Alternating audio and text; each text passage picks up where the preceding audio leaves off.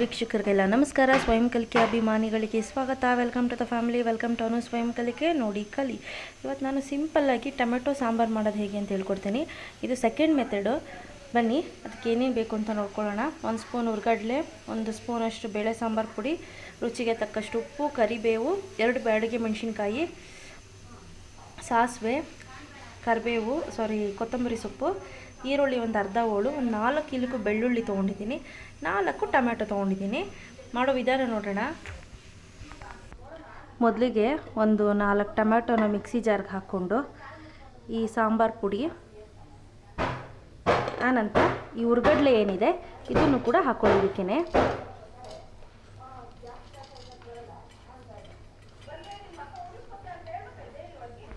ಅದಕ್ಕೇ ಒಂದು 2 ಸ್ಪೂನ್ನಷ್ಟು ತೆಂಗಿನಕಾಯಿ ತುರಿ ಹಾಕಿ ಚೆನ್ನಾಗಿ ಮಿಕ್ಸಿಲಿ ನುಣ್ಣಗೆ ರುಬ್ಕೊಳ್ಳೋಣ.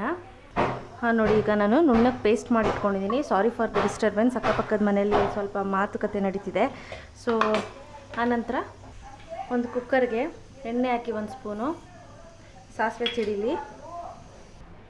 ನೋಡಿ, ಸಾಸಿವೆ ಚಿಟಪಟ ಅಂತ ಸಿಡಿದ ತಕ್ಷಣ ಬೆಳ್ಳುಳ್ಳಿ ಹಾಕ್ಕೊಳ್ಳಿ. ಬೆಳ್ಳುಳ್ಳಿ ಆದ ನಂತರ ಮೆಣಸಿನ್ಕಾಯಿ ಬ್ಯಾಡಿಗೆ, ಆನಂತರ ಕರಿಬೇವು, ನಂತರ ಈರುಳ್ಳಿ.